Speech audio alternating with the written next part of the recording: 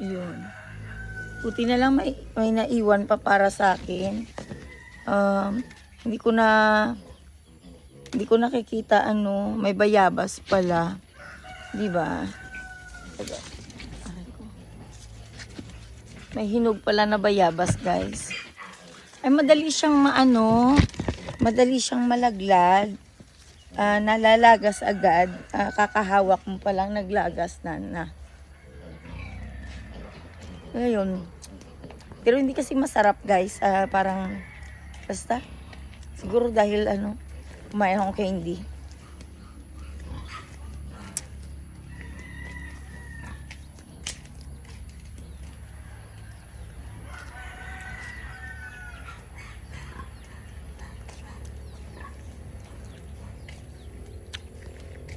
Okay lang. Nakakuha ako 3.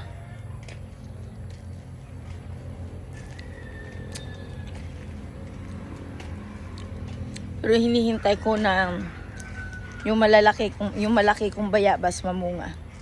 Ayun yung pinaka-inaabangan ko.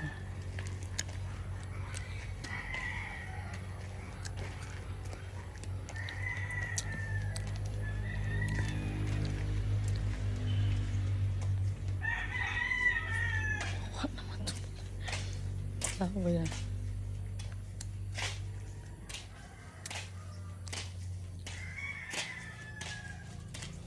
Aray!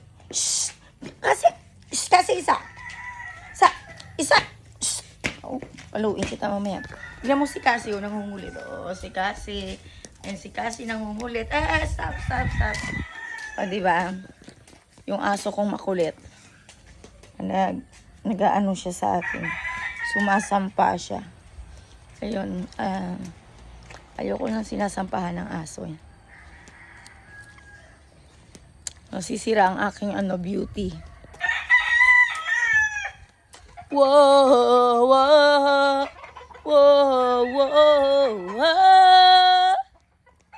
Faithfully.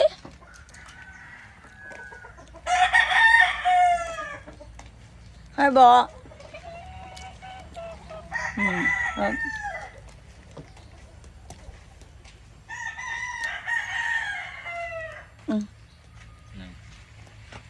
Nagkadalagas yung doon, bayabas.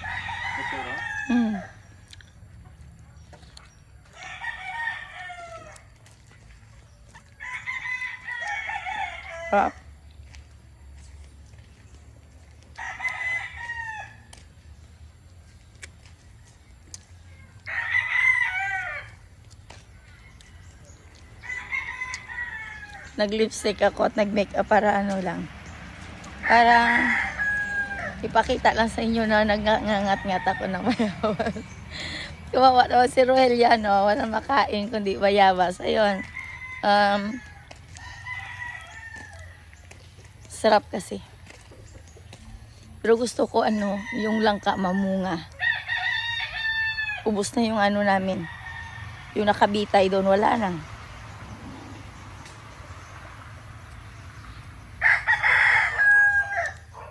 This is Gary's Carabao.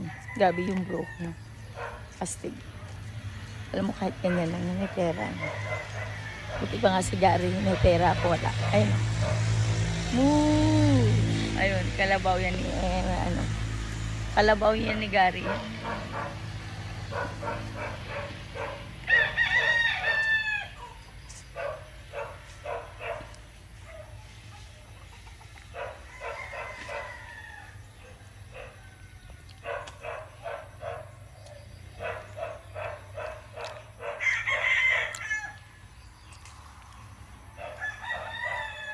Saan kaya ako pwedeng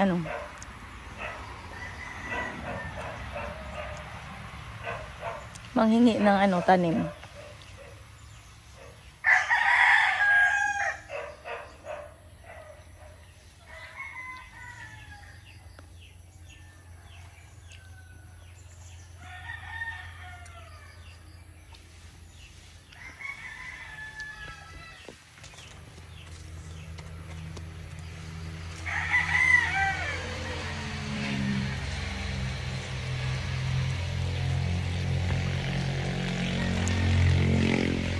Wow! Nakaka-singer pala kumain ng bayabas. Grabe guys. Wala naman ako mapupuntahan sa mga hinayop na to. Grabe mga basher ang mayroon ako. Imagine, kahit anong gawin ko, kahit na ano nga tawag yun, serious ng pagkanta, nanggigigil din sila sa akin kapag vlog ako ng ganito, na ganito ang itsura ko, nanggigigil pa din sila sa akin. Wala na akong mapuntahan guys, kundi toxic is real yan.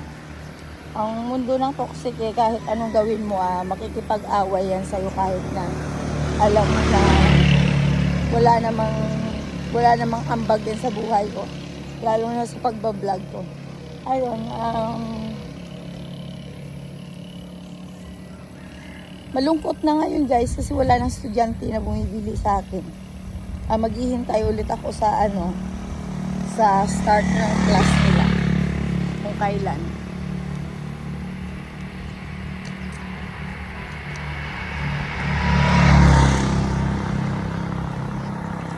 Pero alam mo, sarap mamuhay sa Pilipinas. Yes, bakit? It's good to live in Philippines. Simpleng buhay but you can relax. Yes. More relaxing. Yeah. Siguro dahil ang buhay ko sa abroad ay walang ginawa kundi intindihin yung mga toxic na sa mundo.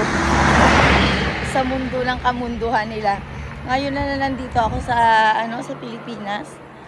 Guys, mas ini-enjoy ko.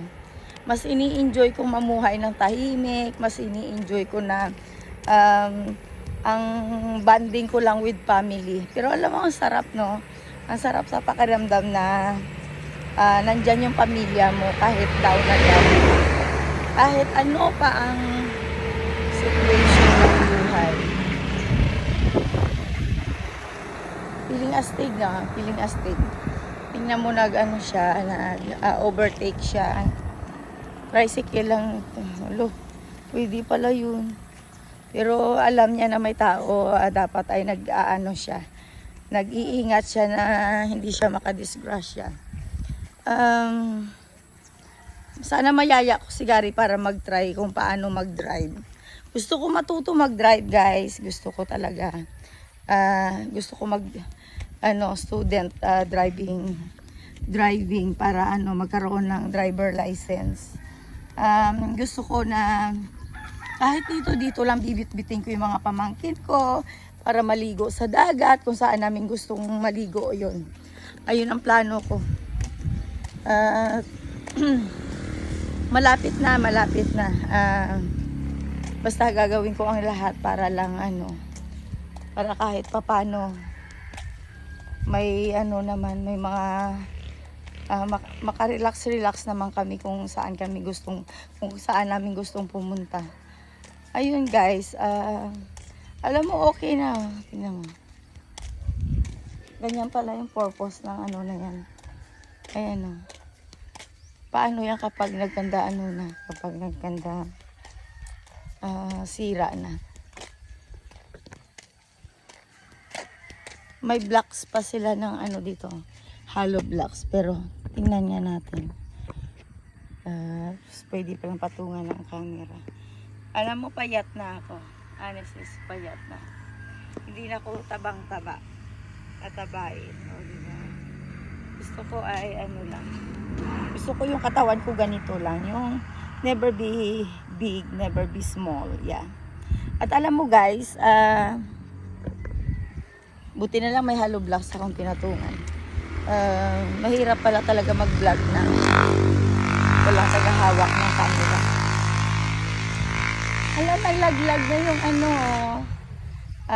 suha. Ayan saglit lang. Tingnan mo, ayan suha. Nalaglag na guys. Tingnan natin. Kunin. Tingnan natin kung may pakinabang sa mundo. Tingnan natin. Ay, may aso. Wow. Ayun di ba nahulog? Tingnan mo. Tingnan mo, guys.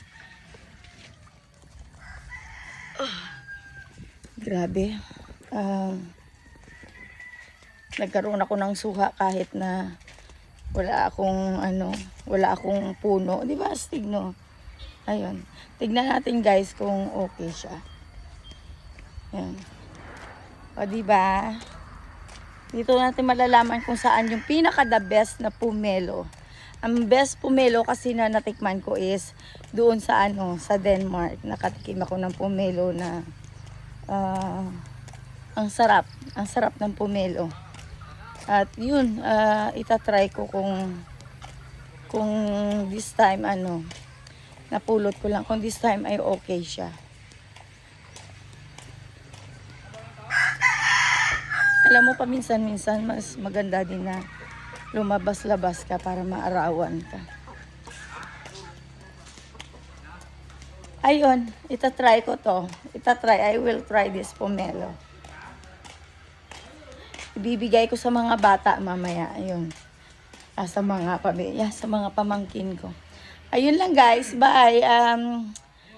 Wala namang masyadong exciting sa updated na buhay. Sorry. sorry. Nag-burp pa talaga ako. In the last time, wala pa naman more exciting. Basta ako ay nai-excite ako na yung aking tiyan ay flat na. Yes, tignan mo. Whoa. Itatry ko kung paano to. Yes, like that. Ang mahiwagang pomelo, ang importante ay tawag doon. Mayroong punong pomelo doon. Ayun, di ba? Astig na. Ako kuha muna akong kutsilyo, guys, kasi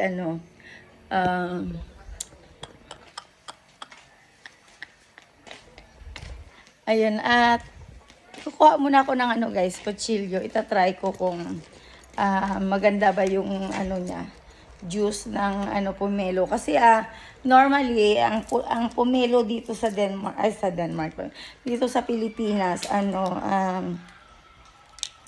ma-dry siya. There's no more juice inside. Kaya tama lang na, alam mo, no, it's enough that you can try it. It's okay. Pero normally, it's dry siya talaga. Pero this time, I will try again. I wish that, pomelo in other country, there's a seeds. But normally, pag bibili ka, matamis na nga yung pomelo sa ibang bansa. Pero it's not easy to get seeds. Always without, it's always empty. Yeah. There's no seeds inside. At alam mo, guys, dati, din ako ng mayroong pomelo. Pero nawala nga yung seeds niya. Yung seeds niya nawala. Hindi ko na makita talaga. Sayang nga, pinadala ko sana kay nanay yun para itanim. Para may kahit paano ay may makuha kang magandang pomelo.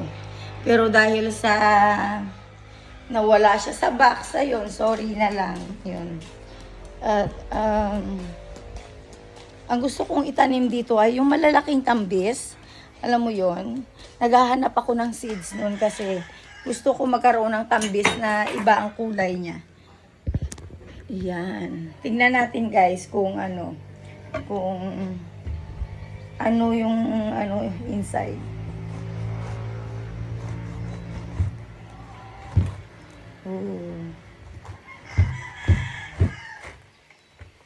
Alam mo, guys, itatry kung sa tuwing bibili ako ng rose, kailangan ay matanda na, yung parang matanda na rose. Kasi kapag ay, hindi siya it's not good enough. Namamatay talaga yung rose. Pero mas mabuti pa nga na manghingi na lang ako ng yung branches.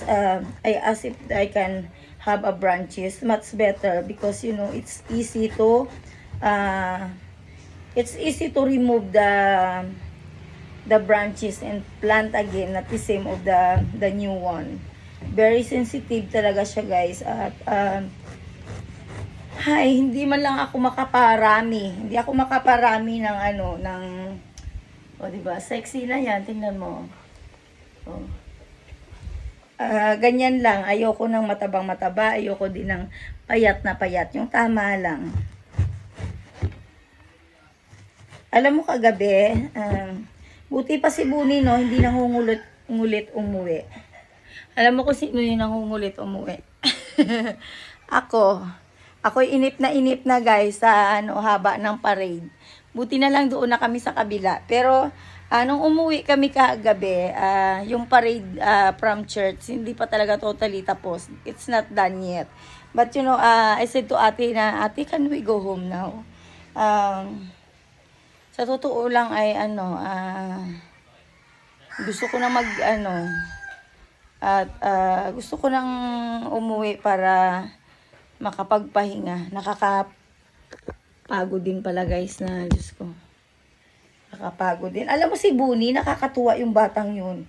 Hindi mo man lang nakitaan na umiiyak. Alam mo, ang dami-dami niyang tinuturo-turo siya ng turo doon. Pero alam mo, makikita mo na si Buni, ang batang hindi siya mainipin.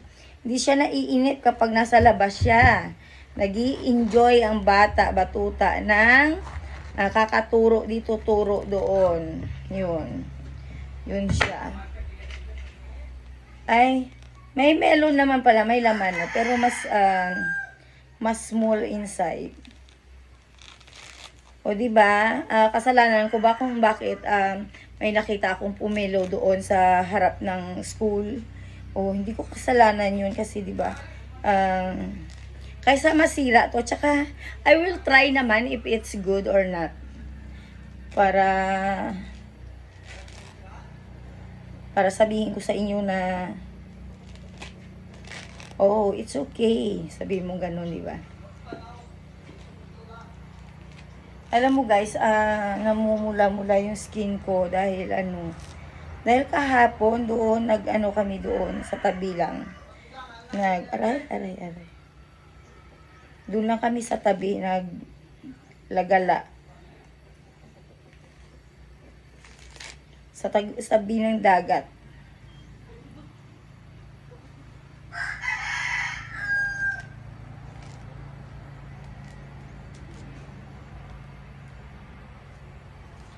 Alam mo, maganda pumunta dyan kapag meron kang sariling baon.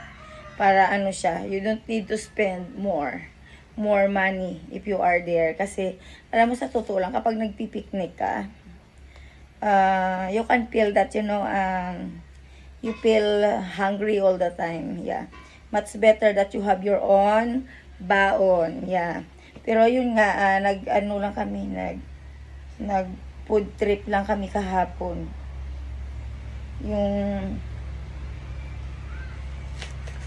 Ay, alam mo sa totoo lang, honest is there's a juice. And then, mayroon naman siya guys, not dry.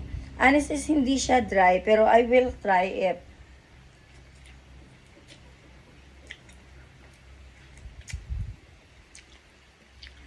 Okay siya guys, hindi siya matamis na matamis, pero ay! Sorry. Magtatanim ako nito. Itatanim ko to.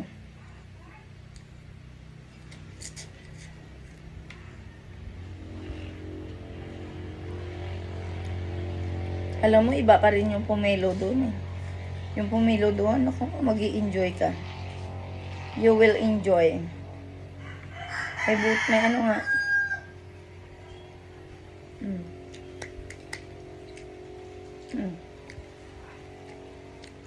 Masarap. Okay naman. Kahit pa paano. Ayun lang guys, pinakita ko lang sa inyo na nang ninok ako. Nang ninok ako ng pomelo na nalaglag. Ano ka ba, patay na grasya yan? Una, pagmamayari yan ng school. Tapos, nalaglag. Diba? Hindi ko naman ninakaw. Nalaglag siya ng kusa. Kaya yun, I bring home. Ayun, by the way guys, bye. God bless.